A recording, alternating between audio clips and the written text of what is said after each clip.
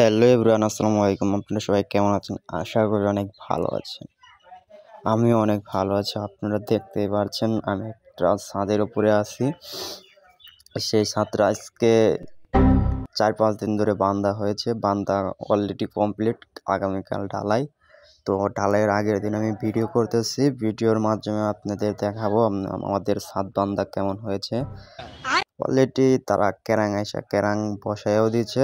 আবার পাইপ মিস্ত্রি মানে কারেন্ট মিস্ত্রিরা পাইপ বিছিয়ে ফেলেছে, দেখতেই পাচ্ছেন। দেখেন তো আপনারা কোনো জায়গায় ভুল আছে কিনা পাইপ বিছাতে। যদি ভুল থাকে তাহলে বলবেন। অলরেডি মনে করেন আজকে ঢালাইয়ের দিন, ঢালাইতে আমরা চলে এসেছি। তো ঢালাই শুরু হয়ে গেছে। ঢালাই আপনারা দেখতে পাচ্ছেন অলরেডি শুরু হয়ে গেছে। তো দেখতে পাচ্ছেন লেবাররা তাদের মাল নিয়ে আসতেছে। তো আমি এখন আছি আমার বিয়ার সাথে। আমার বিয়াই ছাতা ধরে আছে, বৃষ্টিমুড়া ঢালাই হতেছে। দুজনে দেখতেছে আর কি কোথাও ঝামেলা হচ্ছে নাকি, মানে পুরে দেখতেছে।